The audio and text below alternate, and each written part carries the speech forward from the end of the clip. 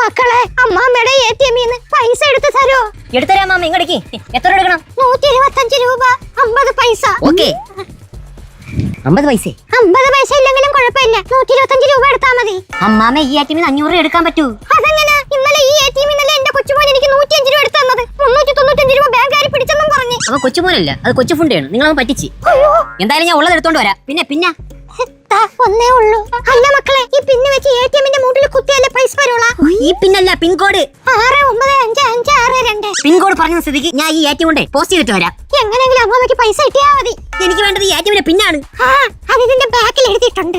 First എന്നിട്ട് കാണാനില്ലല്ലോ.